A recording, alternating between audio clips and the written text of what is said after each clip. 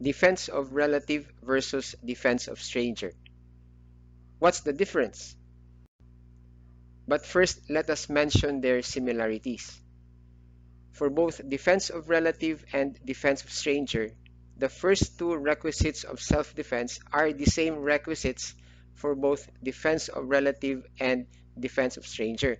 They are unlawful aggression and reasonable necessity of the means employed to prevent or repel the said unlawful aggression. Always take note that the most important requisite of all is unlawful aggression. Without it, there is nothing to prevent or repel. And this is true for self-defense, defense of relative, and defense of stranger. Question: can unlawful aggression be based upon the honest belief of the one making the defense? In the case of self-defense, the answer is no. It must always exist as a matter of fact, meaning to say, there must be either imminent or actual unlawful aggression in order that the person defending himself will be justified in preventing or repelling it. For example, X, in order to prevent Y, who was about to strike him with a piece of wood, stabbed the latter with a knife. Here, the imminent unlawful aggression exists as a matter of fact because Y was about to strike X with a piece of wood.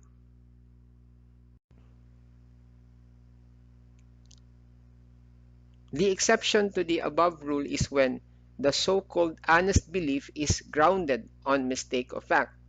That is, even if the unlawful aggression does not really exist, the accused will not be criminally liable for as long as he is able to prove that he was of the honest belief that the facts were true as he believed them to be.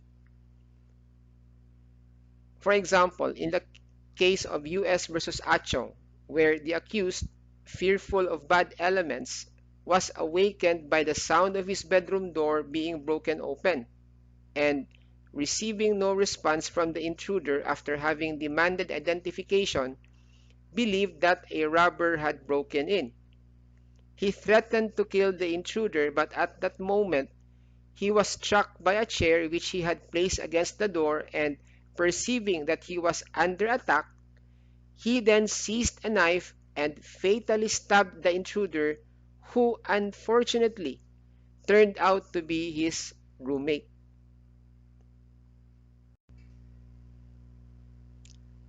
Example number 2. While X was walking alone at night, he passed through a dark alley where a man suddenly came from behind, poked a knife at his neck, and demanded his money. Believing that his life was in real danger, X stabbed the man with the screwdriver he was then carrying. It turned out, unfortunately, that the man was actually Y, X's friend, who, in the spirit of mischief, was only playing a practical joke on him. In both of the above examples, I am referring to example number 1 in the previous slide and example number 2 in this slide.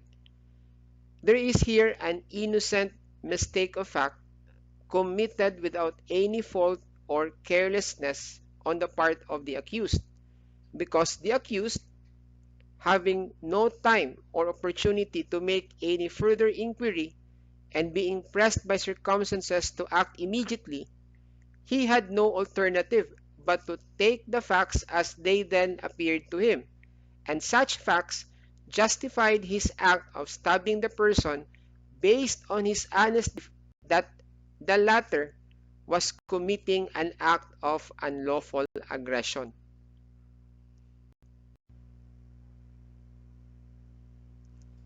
The same holds true for both defense of relative and defense of stranger. Unlawful aggression can be made to depend on the honest belief of the person defending a relative or a stranger. For example, X attacked and wounded Y with a dagger, causing the latter to fall down, but Y immediately stood up and defended himself by striking X with a bolo. And as a result, X was seriously wounded and fell in the mud. At that time, Y was standing in front of X in a position as if to strike again. Here, there is no doubt that X was the unlawful aggressor kasi siya yung nauna eh. But when the son of X came, what he saw was that his father, X, was lying in the mud, wounded. The son of X believed in good faith that his father was the victim of an unlawful aggression, such that if the son kills Y under such circumstances, he may still invoke the justifying circumstance of defense of relative. Why? Because the son of X here believed in good faith, or he was of the honest belief of the truthfulness of the facts as they appeared to him.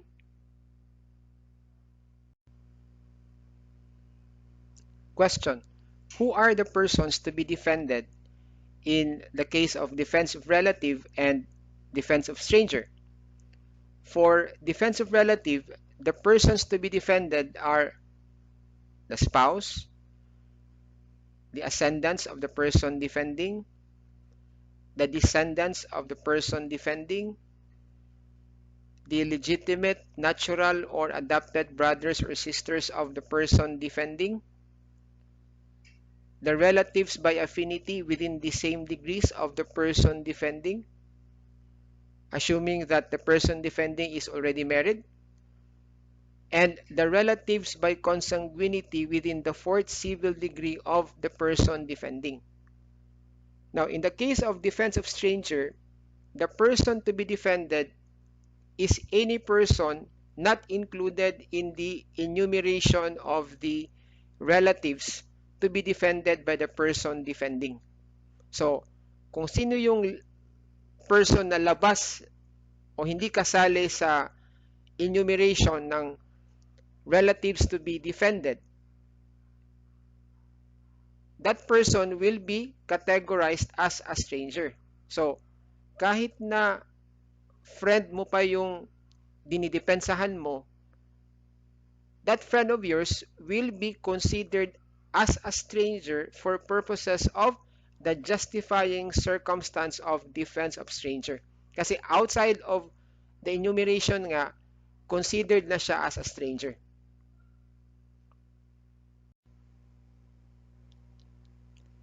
The word spouse refers to the husband or the wife. Of course, they must be legally married to each other. The word or the term ascendants refer to the parents, grandparents, great-grandparents, and all those in the ascending line, pataas. Descendants, on the other hand, refer to the children, grandchildren, great-grandchildren, and all those in the descending line, pababa. Legitimate, natural, or adopted brothers and sisters refer to those born within the marriage or outside of wedlock of the parent or parents of the person defending. Relatives by affinity within the same degrees refer to relatives by reason of marriage, like parents-in-law, son or daughter-in-law, and brother or sister-in-law of the person defending. Relatives by consanguinity within the fourth civil degree refer to blood relatives within the fourth civil degree of both the direct and the collateral line, although I would venture on to say that this should only refer to blood relatives within the fourth civil degree of the collateral line, because yung mga blood relatives of the direct line kasama na dun sa ascendants at saka descendants. So, this would refer to uncles, aunts, nephews, and nieces, and first cousins of the person defending.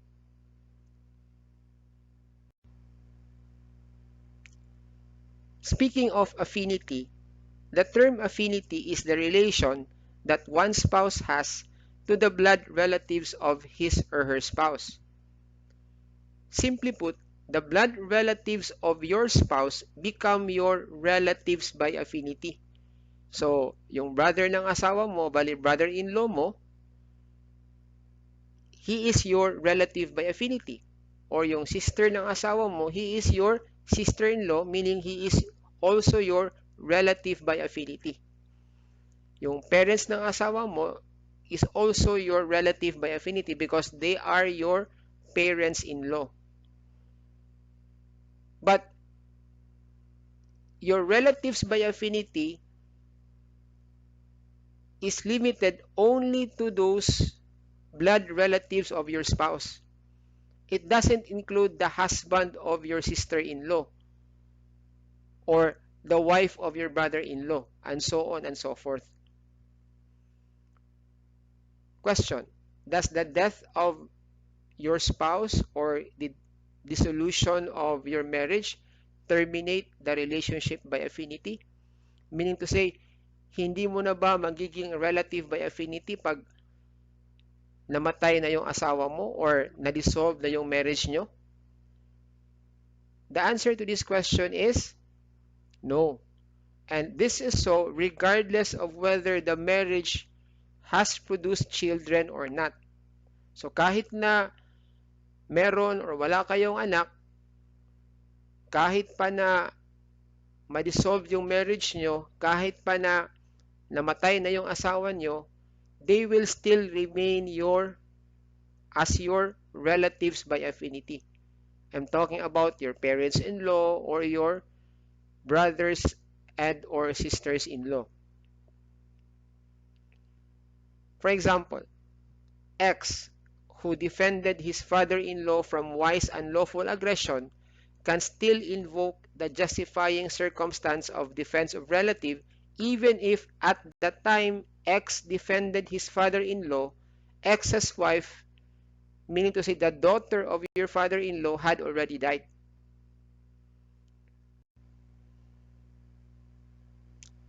Let us now go to the third requisite in the justifying circumstances of defense of relative and defense of stranger. Do they have the same third requisite? The answer is no, because in defense of relative, the third requisite is this: in case the provocation was given by the person attacked, the one making the defense should have no part therein. Here, even if there was provocation on the part of the person being defended or on the part of the person attacked, for as long as the one defending had no part in the said provocation, the third requisite is deemed satisfied. In defense of stranger, the third requisite is this: that the person defending be not induced by revenge, resentment, or other evil motive. Here, even if the person defending has a grudge against the aggressor, for as long as he was not induced by revenge or resentment or by some evil motive, the third requisite is deemed satisfied. His act of defending will still be interpreted as coming out of a good motive to defend the stranger from serious or impending harm.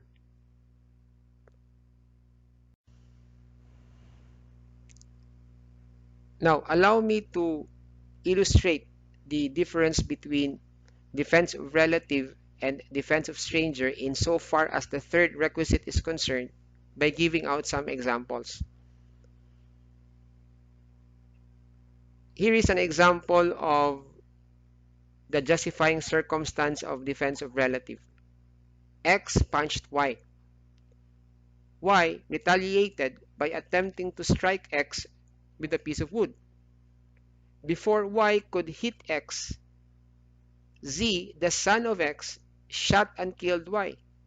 Here, even if it was X who provoked Y, Z is still justified in shooting Y because Z had no part in the provocation. Another example, X induced her sister Y to slap Z. Z retaliated by attempting to stab Y. But before Z could stab Y, X struck Z with a piece of wood. Here, there is no valid defense of relative. Why? Because X took part in the provocation. In the case of defense of stranger, this justifying circumstance is illustrated in the following example. X and Y are friends. Z, upon seeing Y, rushed towards the latter and stabbed him. Z was about to deliver another stabbing blow on Y, but X struck Z with a piece of wood, killing Z. Here, X is justified in killing Z as there is no evidence that X was induced by revenge, resentment, or some evil motive. Now, in example number 2, what if X, in defending Y, also acted from an impulse of resentment against Z? What will be the effect?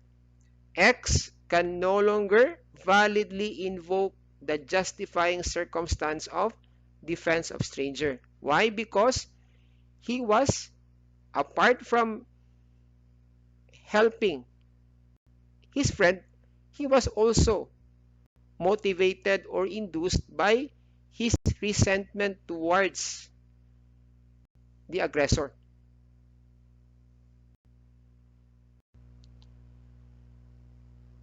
Here is another example illustrating defense of relative. Suppose the person defending his relative was also induced by revenge or hatred or some evil motive. Would still there be a legitimate defense of relative? The answer is yes. As long as the three requisites of defense of relatives are present, it will still be a legitimate defense. The circumstance that the person defending a relative was induced by revenge or hatred is immaterial for purposes of defense of relative is concerned. What about in defense of stranger? Suppose the person defending a stranger took part in the provocation. Could that person still avail of the justifying circumstance of defense of stranger? The answer is also a yes.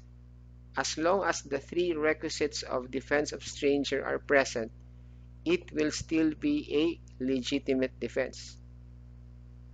Provocation or the lack of it is not among the requisites of the justifying circumstance of defense of stranger. The third requisite only requires that the person defending be not induced by revenge, resentment, or other evil motive.